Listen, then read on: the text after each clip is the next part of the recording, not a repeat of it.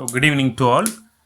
இதுக்கு முன்னாடி வந்து பார்த்தீங்கன்னா நம்ம ஒரு 2 வீடியோ போஸ்ட் பண்ணியிருந்தோம். ஒன்று வந்து பார்த்தீங்கன்னா இன்வைஸ் எக்ஸ்போர்ட் எக்ஸம்ப்டடுக்கு எப்படி இன்வைஸ் இருக்குதுன்னு பார்த்துருந்தோம். அதுக்கு அடுத்தது வந்து பார்த்தீங்கன்னா ஆர்சிஎம் ரிவர்ஸ் சார்ஜ் மெக்கானிசம் எப்படி பண்ணுறது அப்படின்றதையும் ஒர்க் அவுட் பண்ணியிருந்தே பண்ணோம். At the end of the RCM reverse charge mechanism முடிய போகிற டயத்தில் வந்து பார்த்தீங்கன்னா நெக்ஸ்ட் இதில் GSTR 1ல் எப்படி ஜேசன் எக்ஸ்போர்ட் பண்ணுறது டேலியிலேருந்து அப்படின்றத நான் வந்து எக்ஸ்பிளைன் பண்ணுறதா சொல்லியிருந்தேன். ஸோ அதுக்கான வீடியோ தான் இது.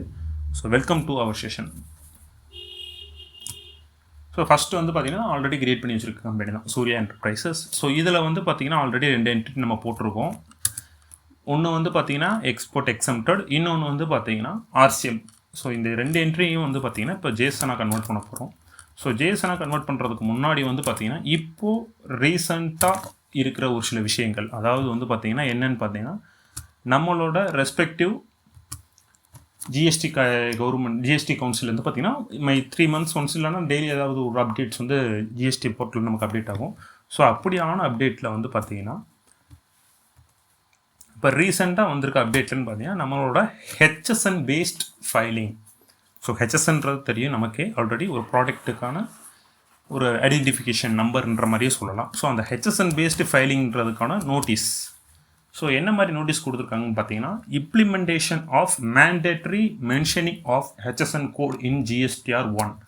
ஸோ இதில் வந்து பார்த்தீங்கன்னா என்ன சொல்லியிருக்காங்கன்னு பார்த்தீங்கன்னா காமனாக அவங்க as per நோட்டிஃபிகேஷன் நம்பர் 2078/2020 வந்து பார்த்தீங்கன்னா 15th October 2020 என்ன சொல்லியிருக்காங்கன்னா டேக்ஸ் பேயர் யார் 4 digits யூஸ் பண்ணணும், அண்ட் தென் யார் 6 digits HSN யூஸ் பண்ணணும் அப்படின்றத வந்து சொல்லியிருந்தாங்க. ஸோ இப்போ அதிலே வந்து பார்த்தீங்கன்னா 3rd ரிவைசல் நடந்திருக்கு.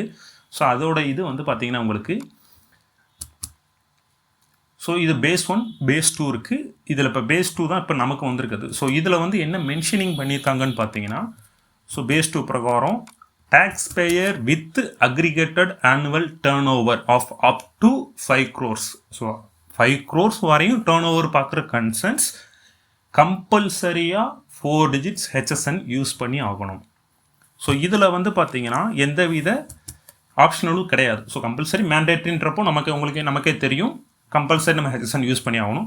அண்ட் தென் வந்து பார்த்தீங்கன்னா செகண்டரியாக வந்து ஒரு ஆப்ஷன் கொடுத்துருக்காங்க. ஸோ 5 crores வரையும் ஒரு லிமிட் சொல்லிட்டாங்க. So above 5 crores taxpayer with aggregated annual turnover of more than 5 crores இருக்கிறவங்க வந்து பார்த்தீங்கன்னா கம்பல்சரியாக என்ன பண்ணணும்னு கேட்டிங்கன்னா 6 digits HSN. ஸோ இதுக்கு முன்னாடி பேஸ் 1ல் என்ன சொல்லியிருந்தாங்கன்னு பார்த்தீங்கன்னா 5 crores வரையும் டர்ன் ஓவர் இருக்கவங்க 2 digits HSN-ம், 5 crores எபோவ் இருக்கிறவங்க 4 digits HSN யூஸ் பண்ணால் போதும்னு சொல்லியிருந்தாங்க. அதே இது செகண்ட் பார்ட்டில் வந்து பார்த்தீங்கன்னா 5 crores பிலோ இருக்கிறவங்க அதே சேம் HSN தான் யூஸ் பண்ணிக்கலாம்னாங்க. அதுக்கு அடுத்தது ஒரே ஒரு சேஞ்சஸ் என்ன பண்ணாங்கன்னு கேட்டிங்கன்னா ஸ்லாப் 2ல் வந்து பார்த்தீங்கன்னா டர்ன் ஓவர் 5 crores எபோவ் இருக்காங்கன்றப்போ 6 digits HSN யூஸ் பண்ணுங்க அப்படின்றத மாற்றினாங்க. அண்ட் தென் இப்போ வந்து 3rd பேஸ் 2ல் வந்து பார்த்தீங்கன்னா என்ன சொல்லியிருக்காங்கன்னு கேட்டிங்கன்னா மேண்டேட்ரியாக 5 crores வரையும் இருக்கிற கன்சர்ன்ஸ் வந்து பார்த்தீங்கன்னா 4 digits HSN ரிப்போர்ட் பண்ணணும். அண்ட் தென் இதில் வந்து சேஞ்சஸ் இல்லை. அப்படின்றப்போ 5 crores எவ்வளோ இருக்கிறவங்க 6 digits HSN யூஸ் பண்ணிக்கலாம். ஸோ அதில் எந்த சேஞ்சஸ் இல்லை. ஸோ பேஸ் 3 and 4 வந்து பார்த்தீங்கன்னா ஃபர்தராக கம்யூனிகேட் பண்ணுவாங்க இனிமேல் அப்படின்ற மாதிரி ஸ்டாப் பண்ணியிருக்காங்க. ஸோ HSN பேஸ்டு வேல்யூஷன்றது கம்பல்சரின்ற மாதிரி கொண்டு வந்திருக்காங்க. ஸோ டிஸ்கிரிப்ஷன் உங்களுக்கு நான் வந்து பார்த்தீங்கன்னா லிங்க்கு டிஸ்கிரிப்ஷனில் ஆட் பண்ணுறேன், அதை நீங்கள் வெரிஃபை பண்ணிக்கலாம். ஓகே, இப்போ HSN-ஓட மேண்டேட்ரி பார்த்துட்டோம். ஸோ இதுக்கு அடுத்தது வந்து பார்த்தீங்கன்னா GSTR 1ல் இருந்து ஜேசனை எப்படி எக்ஸ்போர்ட் பண்ணுறது. ஸோ வழக்கம் போல் நம்ம GSTR 1க்குள்ளே போனோடனே நம்மளோட எந்த மந்த்துக்கு ஃபைலிங் ஆகணுமோ அந்த மந்த்தை சூஸ் பண்ணிக்கலாம். ஸோ சூஸ் பண்ணி முடித்த உடனே வந்து பார்த்தீங்கன்னா எக்ஸ்போர்ட் அப்படின்ற ஒரு ஆப்ஷன் இருக்கும். ஸோ எக்ஸ்போர்ட்டில் வந்து பார்த்தீங்கன்னா ஃபஸ்ட் ஆப்ஷன் ரிட்டர்ன். ஸோ இந்த ரிட்டர்னை கிளிக் பண்ணோடனே வந்து பார்த்தீங்கன்னா ஸோ 3 ஃபார்மெட்டும் comma delimited, excel and JSON 3 formats காமிக்கும், ஃபைல் ஃபார்மெட்ஸ். ஸோ அந்த 3 ஃபைல் ஃபார்மெட்ஸில் ஜேசனை எடுத்துக்கிட்டு இப்போ வந்து பார்த்தீங்கன்னா இதுக்கு முன்னாடியே ஒரு 2 லூப் ஹோல் இருக்கும். ஒன்று என்னன்னு பார்த்தீங்கன்னா நம்ம ஆல்ரெடி இன்வைஸ் எலிஜிபிள் ஆகி இன்வைஸ் ஜென்ரேட் பண்ணிக்கிட்டு இருக்கோம். இப்போ வந்து பார்த்தீங்கன்னா 10 crores வரையும் இருக்குது. ஸோ 10 crores வரையும் இருக்க டேக்ஸ் பேயர்ஸ் என்ன பண்ணுவாங்கன்னா ஆல்ரெடி இன்வைஸ் போட்டுக்கிட்டு இருப்பாங்க. அதாவது B2B டிரான்சாக்ஷன் ஆல்ரெடி போர்ட்டலில் இருக்கும். அண்ட் தென் B2C மட்டும் தான் நம்ம அப்லோட் பண்ணுற மாதிரி இருக்கும். ஸோ அந்த பேசிஸ்க்கு என்ன பண்ணுவாங்கன்னா ஒரு சிலர் தவறுதலாக என்ன பண்ணிடுவாங்கன்னா B2B B2C ரெண்டையும் ஸ்ப்ளிட் பண்ணாமல் காமனாக ஏற்றிடுவாங்க. அப்படி ஏற்றுனாங்கன்றப்போ டூப்ளிகேட் என்ட்ரி ஆகும். ஸோ அந்த மாதிரி இதாக வராமல் இருக்கிறதுக்கு வந்து பார்த்தீங்கன்னா இந்த இடத்துல export separate files for each section இருக்கு இல்லைங்களா. ஸோ இதை எஸ் கொடுத்த உடனே வந்து பார்த்தீங்கன்னா ஆட்டோமேட்டிக்காக எந்த இடத்துல நான் வந்து ஃபோல்டரை செக்ரிகேட் பண்ணுறதுன்னு கேட்கும். ஸோ இதில் வந்து பார்த்தீங்கன்னா டேலி எக்ஸ்போர்ட்ன்ற ஃபோல்டரை செலக்ட் பண்ணிக்கிறோம். செலக்ட் பண்ணி முடிச்சுட்டு ஹெச்எஸ்என் சம்மரியும் இதுக்கு எடுக்கவான்னு கேட்கும். ஸோ ஹெச்எஸ்என் சம்மரி எஸ் கொடுத்துட்றோம். எஸ் கொடுத்துட்டு டாக்குமெண்ட் சம்மரி நீட் இருந்துச்சுன்றப்ப நீங்கள் எடுத்துக்கலாம், இல்லைன்றப்ப தேவையில்லை. ஸோ எடுத்து முடிச்ச உடனேயுமே ஸோ ஃபைல் எக்ஸம்ஷன் கொடுத்துட்டோம், எல்லாமே அலோகேட் பண்ணிட்டோம். அலோகேட் பண்ணி முடிச்சுட்டு சென்ட் கொடுத்த உடனேயுமே வந்து பார்த்தீங்கன்னா ஆட்டோமேட்டிக்காக நமக்கு வந்து 3 விதமான ரிப்போர்ட்ஸ் ஓப்பன் ஆகும். ஸோ நம்ம கொடுத்தது ஒரே ஒரு ஜேசன் தான், பட் வந்திருக்கிறது வந்து 3 விதமான ரிப்போர்ட்ஸ் ஓப்பன் ஆகும். அதில் ஃபஸ்ட்டு திங் B2B நம்ம சொன்ன மாதிரி இன்வாய்ஸ் ஜென்ரேட் பண்ணியிருக்கோன்ற பட்சத்தில் கம்பல்சரி என்ன ஆயிரும், B2B டிரான்சாக்ஷன்ஸ் தனியாக பிரிச்சிடும். அண்ட் தென் எக்ஸ்போர்ட் சேல்ஸ் அந்த ஒரு செக்ரிகேஷன் தனியாயிரும்.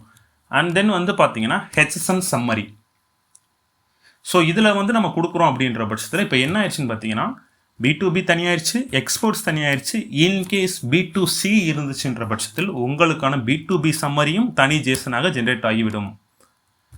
ஸோ இதிலிருந்து என்ன ஒரு கான்செப்ட்னு பார்த்தீங்கன்னா B2B இன்வாய்ஸ் போட்டிருந்தோன்ற பட்சத்தில் அந்த இன்வாய்ஸ் B2Bயை மட்டும் நம்ம இக்னோர் பண்ணிவிட்டு மிச்ச வேறு variety of kind of like B2Cயை மட்டும் நம்ம அப்லோட் பண்ணுறது பண்ணிக்கலாம். அண்ட் தென் HSN சம்மரியும் அப்லோட் பண்ணுறது பண்ணிக்கலாம்.